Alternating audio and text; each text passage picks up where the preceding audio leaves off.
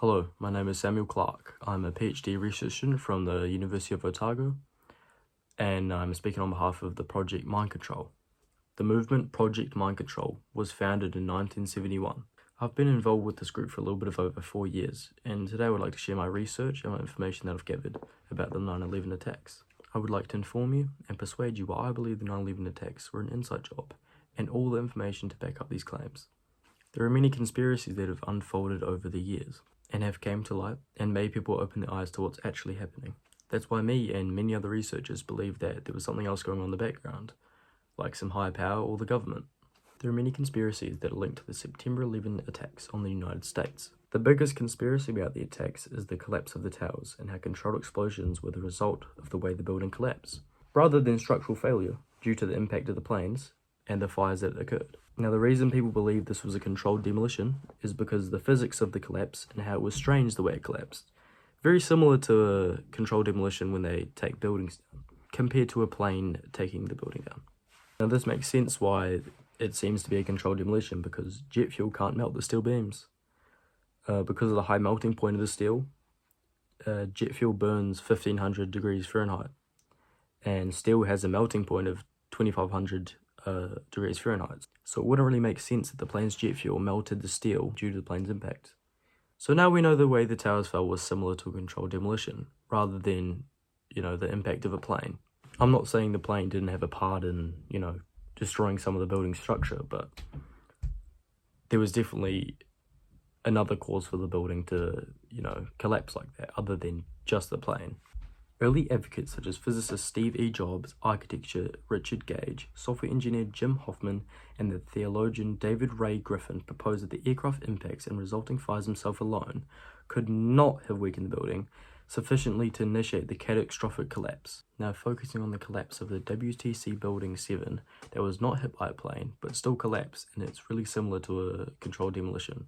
This is a comparison of the WTC 7 building compared to a controlled explosion done with explosives. And as you can see, both of the collapses are almost identical to each other. This video shows the vertical row of windows being blown out on the right side of the building and a large white puff of smoke rising from the left side where the machinery building once sat, on the roof. It was the first part of the building to collapse, then the rest of the penthouse collapsed just before the whole building started to fall in a uniform manner, approaching a freefall acceleration in the slow motion view at the top right part of the building. You can see debris being blown up in the roof area and some bright flashes of light.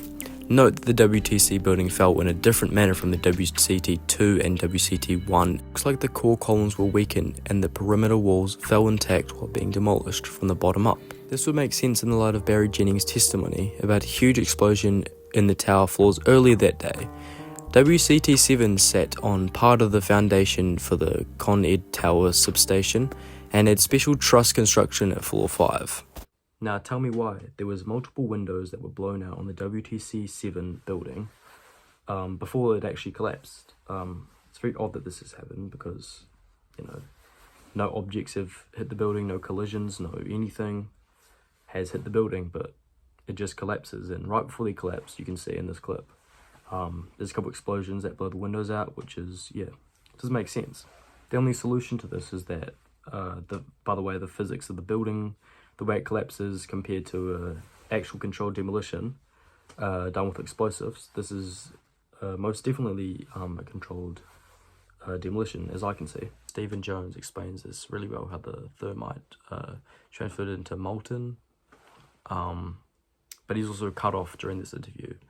The best hypothesis, which is the only one they looked at, fire, has only a low probability of occurrence.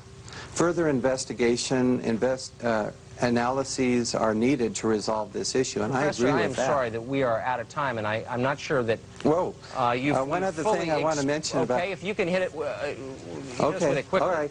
Okay, here we go. Molten metal in the basements of all 3 buildings. Right. And yet all scientists now reasonably agree that the fires were not sufficiently hot to melt the steel. So what is this molten metal?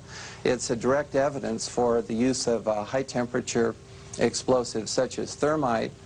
Thermite produces molten iron as a as an end product. Okay. We appreciate your coming on, even if Okay. I don't understand your theories. We Okay. appreciate you trying to explain them. Thanks. Seems like he knows his stuff and knows the biology behind the explosives that we used, the types of metal, and how some of this stuff isn't possible that they're actually telling us. How some stuff realistically doesn't add up in the real world. And not just the WTC-7 building, also the first and the second tower. The way they collapse is also similar to a controlled demolition, as you can see in this clip here. This clip demonstrates the Twin Towers as well as WTC-7 were brought down by controlled demolition. This video certainly confirms that in numerous ways, and I think that stands out for most people, including myself, while analysing this clip. The flashes that were visible, particularly there's a line of flashes on the lower portion of the building as the top starts to go down. I would also love to draw people's attention to the very bright flash that occurs further up on the building on the south tower. If this is just a natural building collapse to be occurring, well above the impact zone or well above, where the collapse is actually happening. So we see this bright flash and we also see structural damage in the corner of the building, very close to it. Well, most people would say it's just the sun reflecting off the windows. Well, we know this is actually something else other than that.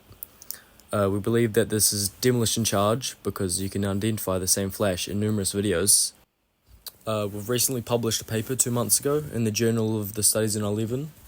We've done this particular analysis that this flash can be seen in numerous videos. I think this is more than enough information that I've given out about the Twin Towers and why I believe, and I truly 100% believe, that this was a controlled demolition. It's been great coming on here and speaking on behalf of the Project Mind Control movement. We hope that we've convinced anyone that's watching this video that, these theories are true, because that's what we believe are true. With thousands of, people we've influenced, studies done, this has been around since 1971. Yeah, but in my 4 years of training, I've learned a lot, and, I hope this information from my studies has changed your mind on the September 11 attacks. Thank you.